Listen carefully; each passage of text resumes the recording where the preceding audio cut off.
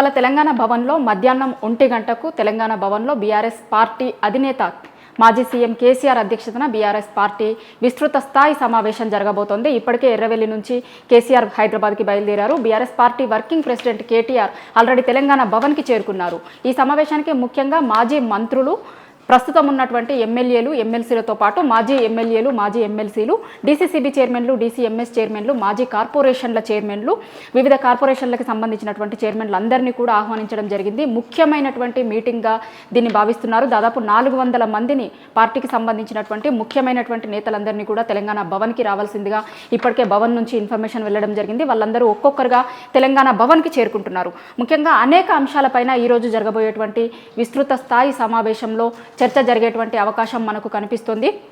చాలా నెలల తర్వాత జరుగుతున్నటువంటి మీటింగ్. కేసీఆర్ అధ్యక్షతన పార్టీ శ్రేణులందరికీ కూడా ఆయన దిశానిర్దేశం చేయబోతున్నారు. భవిష్యత్తులో రాబోయేటువంటి ఎన్నికల గురించి కావచ్చు, లేదు అంటే పార్టీని మరింత బలంగా ఏ విధంగా చెయ్యాలి అనేటువంటి దానిపైన అందరికీ, పార్టీ శ్రేణులందరికీ దిశానిర్దేశం చేసేటువంటి అవకాశం కనిపిస్తుంది. ముఖ్యంగా బీఆర్ఎస్ పార్టీ ఈ సంవత్సరంతో సిల్వర్ జూబ్లీ వేడుకలను చేసుకోబోతోంది. 2001లో జలదృశ్యంలో పురుడు పోసుకున్నటువంటి టీఆర్ఎస్ పార్టీ, ఆ రోజు టీఆర్ఎస్గా ఉండే దాన్ని తర్వాత బీఆర్ఎస్ పార్టీగా మార్చారు. 2001లో జలదృశ్యంలో తెలంగాణ రాష్ట్ర సాధనే ధ్యేయంగా ఆ రోజు టీఆర్ఎస్ పార్టీ పుట్టింది. ఈరోజు ఇప్పటికీ సిల్వర్ జూబ్లీని పూర్తి చేసుకుంటున్నటువంటి నేపథ్యంలో సిల్వర్ జూబ్లీ వేడుకలను ఘనంగా నిర్వహించాలి అని పార్టీ భావిస్తుంది. సో అందుకోసం ఇప్పుడు సిల్వర్ జూబ్లీ వేడుకలను ఎప్పుడు చేయాలి, ఎక్కడ చేయాలి అనేటువంటి దానిపైన కూడా ఈ సమావేశంలో ఒక క్లారిటీ వచ్చేటువంటి అవకాశం కనిపిస్తుంది. ఎందుకంటే ఏప్రిల్లో పార్టీ ఆవిర్భావ దినోత్సవం ఉంది కాబట్టి ఏప్రిల్లో నిర్వహించాలా, లేదంటే ఇంకేదైనా సందర్భాన్ని చూసుకొని ఆ రోజు సిల్వర్ జూబ్లీకి సంబంధించినటువంటి భారీ బహిరంగ సభను నిర్వహించాలి అనేటువంటి దానిపైన ఇవాళ సమావేశంలో ఒక క్లారిటీ వచ్చేటువంటి అవకాశం కనిపిస్తుంది. దాన్ని హైదరాబాద్లోనే నిర్వహించాలా, లేదంటే తెలంగాణలో ఉమ్మడి 10 జిల్లాలకి సంబంధించి గతంలో ఉన్నటువంటి 10 జిల్లాలలో ఉమ్మడి 10 జిల్లాలలో ఎక్కడైనా నిర్వహించాలా అనేటువంటి దానిపైన కూడా ఈరోజు సమావేశంలో ఒక క్లారిటీ వచ్చేటువంటి అవకాశం కనిపిస్తుంది. భారీ బహిరంగ సభనైతే బీఆర్ఎస్ పార్టీ ప్లాన్ చేస్తున్నటువంటి నేపథ్యంలో దానిని ఎప్పుడు పెట్టాలి, భారీ బహిరంగ సభని, అదేవిధంగా ఎక్కడ పెట్టాలి అనేటువంటి దానిపైన కూడా ఒక క్లారిటీ వచ్చే అవకాశం ఉంది. దాంతోపాటు పార్టీ సభ్యత్వ నమోదుకి సంబంధించినటువంటి దానిపైన కూడా ఇవాళ సమావేశంలో చర్చ జరుగుతుంది. బీఆర్ఎస్ పార్టీ ప్రతి సంవత్సరం కూడా పార్టీ సభ్యత్వ నమోదులు చేస్తుంది. అందులో భాగంగానే ఈ సంవత్సరం కూడా పార్టీ సభ్యత్వ నమోదు పైన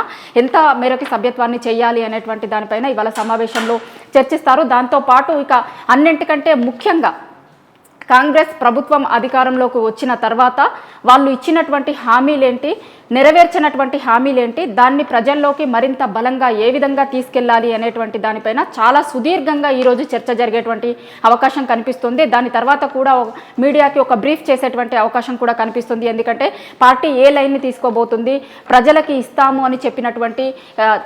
అని చెప్పి మర్చినటువంటి హామీల అమలుని పూర్తి చేసే దిశగా బీఆర్ఎస్ పార్టీ ప్రభుత్వం పైన ఏ విధమైనటువంటి ఒత్తిడి తీసుకురావాలి అనేటువంటి దానిపైన ఇవాళ సమావేశంలో చర్చిస్తారు. ఎందుకంటే ముఖ్యమైనటువంటి నాయకులందరూ కూడా ఈరోజు సమావేశానికి హాజరవుతున్నారు కాబట్టి ఇప్పటికే బీఆర్ఎస్ పార్టీ తరఫున గురుకులాలకి సంబంధించి ఒక కమిటీని వేయడం జరిగింది. ఆ కమిటీ రిపోర్ట్ని కూడా కేసీఆర్కి అందించారు. ఆర్ఎస్ ప్రవీణ్ కుమార్ అధ్యక్షతన పార్టీలో కొంతమంది నేతృత్వంలో, దాంతోపాటు బీసీకి సంబంధించినటువంటి అధ్యయన కమిటీని కూడా వేశారు. దానికి సంబంధించినటువంటి రిపోర్ట్ని కూడా కేసీఆర్కి ఇవ్వడం జరిగింది. సో ఇప్పుడు కాంగ్రెస్ పార్టీ చేసినటువంటి కులగణన అంశం పైన కూడా, బీసీ రిజర్వేషన్ల ఇష్యూస్ పైన, ఎందుకంటే కాంగ్రెస్ పార్టీ గతంలో చాలా స్పష్టంగా చెప్పింది, కామారెడ్డిలో డిక్లరేషన్ కూడా ఇచ్చింది, బీసీలకు సంబంధించి 42% రిజర్వేషన్ ఇస్తాము అనేటువంటిది.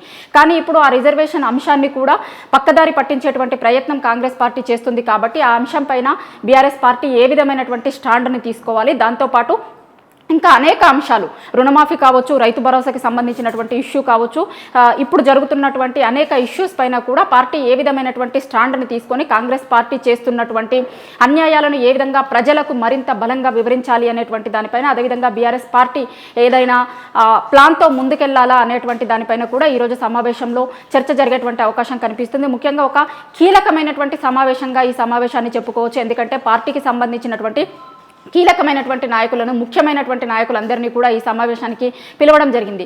సో దీంట్లో కేసీఆర్ ఏం దిశానిర్దేశం చేయబోతున్నారు, పార్టీ లైన్ ఏ విధంగా ఉండబోతోంది, పార్టీ ఏ స్టాండ్తో ప్రజల్లోకి వెళ్ళబోతోంది అనేటువంటి అనేక అంశాలపైన ఈరోజు జరిగేటువంటి సమావేశంలో క్లారిటీ వచ్చేటువంటి అవకాశం కనిపిస్తుంది.